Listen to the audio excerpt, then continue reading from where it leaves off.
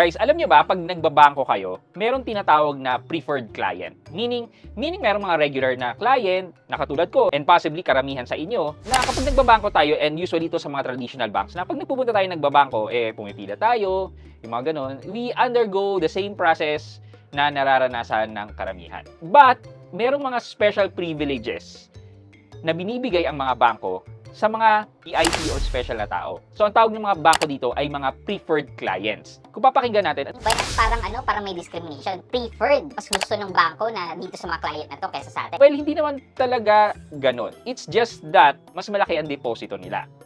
So, ba't natin pinag-uusapan to ngayon? Well, si CIMB, na most of the transaction na ginagawa kay CIMB is through online, nagkaroon din ng parang preferred. Ngayon, ang interesting dito is ano yung extra mile na ibibigay ni CIMB dito sa mga preferred clients niya. Wala naman silang mga branches all over the Philippines. So, paano mararamdaman ng isang tao na tinawag nilang preferred client na may mga special features sa kanila? Well, yan ang pag-usapan natin, ang tinatawag nilang CIMB Prime. So, samahan niyo ako, pag-usapan natin yan. Sit back and let's discuss. Coming right up.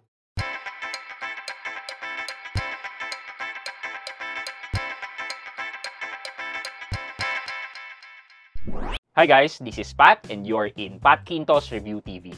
So if you're new to my channel, I do reviews about personal finance na meron akong experience or meron na ako knowledge na ginawa ko na yan ng videos and playlists na makikita nyo dito sa taas. At kung bago ka dito sa channel ko, you may want to consider subscribing to my channel. Guys, siguro lalo na sa mga nagbabangko sa mga traditional banks, makikita nyo yan yung mga pila, may mga counter na nakalagay doon, preferred client. Yan. Ibig sabihin, doon lang sila pipila. Or tipong alam nyo yung nakapila tayo sa bangko tapos may biglang papasok, dire-diretso siya sa counter at ibibigay ang kanyang passbook. Yung mga ganung senaryo.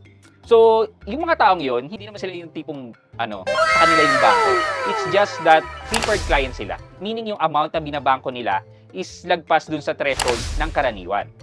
And being a preferred client ay merong mga perks. And yun na nga yung parang may separate na line tapos may specific na banker na mag-attend sa kanila, etc. etc. Ngayon, meron na rin ganyan si CIMB. Ang tawag ni CIMB sa kanila ay CIMB Prime. So, natuwa ako dito dahil medyo maganda ang features niya. Hindi nga lang katulad nung mga traditional banks na meron kang dedicated line sa pila or dedicated number sa pila at priority ka.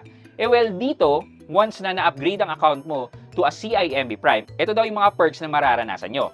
Unang-una sa lahat is the preferred interest rate. Sa regular savings account, naglalaro lang yan sa 2.5%. Napakababa, di ba? Without doing any missions or increasing your ADB, yan, 2.5% lang. Paano kung ganun ka? So ngayon, kung ikaw ay CIMB Prime account holder na, yung 2.5% mo, magiging 4% na. So, merong preferential interest rate ang binibigay sa mga CIMB Prime account holders. Pangalawa, if you're going to open a time deposit account with CIMB, medyo mas mataas din ang interest na binibigay nila, na up to 5.75% per annum ang interest rate ng time deposit. So ngayon, if you're just a CIMB regular account holder and gusto mo mag-open ng time deposit or max save account with CIMB, the highest interest rate na makukuha mo with them is 4.75% for 6 months. And then nagva-vary siya pag 12 months, mas mababa, 4.25%. Pag 24 months naman, that's 4% lang.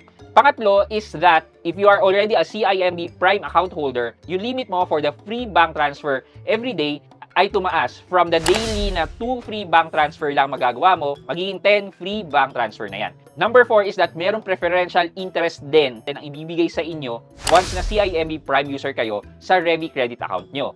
Yung usual na interest na 5%, pwede siyang ma-lower though wala kasing advertise kung magkano, possible na mas mababa pa makuha yung interest and at zero fees daw. Lastly, kapag mas-shopping kayo online sa mga international websites or merchants using your CIMB Virtual Debit Card or CIMB Virtual Revi Card, walang additional fees na ma-charge sa inyo. Additionally, meron daw dedicated na customer support na pang CIMB Prime lang. So basically, yan yung makukuha yung features kapag na-upgrade ang account nyo from a normal CIMB account to a CIMB Prime account. So, ang tanong, paano maging CIMB Prime? Guys, baka pwede naman kayo mag-subscribe and follow dito sa aking mga social media channel. Dito po sa YouTube, Facebook, TikTok, TikTok, and even Instagram. So please follow and support. Dahil sa sinabi ko nga kanina na katulad ng mga traditional banks na may mga ano yan, deposit requirement, dito sa CIMB Prime, wala naman silang sinabi kung magkano. Wala rin silang sinabi kung paano. So, paano kayo magiging CIMB Prime? Well, sabi nila, it's invitational lang daw. So, kung invitational lang yan, given na wala silang binigay na requirements para maging CIMB Prime, ano bang best thing to do para ma-convert yung account mo to CIMB Prime? Well, basically, kailangan mong mag-maintain ng malaking deposit sa kanila, use their bank service religiously, and huwag kayong papalya sa pagbabayad sa inyong Revi account. Basically, building good relationship with the bank with transaction na masasabing lagi nyong ginagamit ang CIMB service. Ngayon, kung tatanungin niyo ako, worth it ba maging preferred or CIMB Prime? Well, dito sa features nila, hindi ako masyadong attracted dito sa CIMB Prime na to.